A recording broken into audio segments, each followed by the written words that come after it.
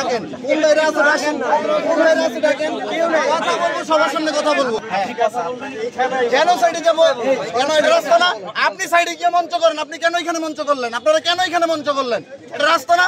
জনগণের ভোগান্তির জন্য আমরা বিপ্লব করছিলাম। আসেন, কে কথা বলবেন? আসেন সামনে, আসেন, দেখি কোন নবাবের গুলো আইছেন। 8ই ফেব্রুয়ারি মোজাম্মেলের বাড়িতে আমার ছাত্র ভাইরা লুটপাট করতে গেছিল, এটা চরম সত্য কথা। কি ঠিক? আমার ছাত্র ভাইরা টঙ্গী গাছার পোলাপানরা মিলা প্ল্যান করতে মোজাম্মেলের বাড়িতে গেছে।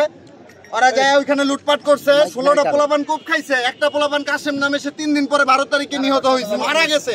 আরো 2-3 জন শয্যাশায়ী, মাথার খুইলা রাইখা দিছে, ওগুলা ট্রিটমেন্ট চলমান।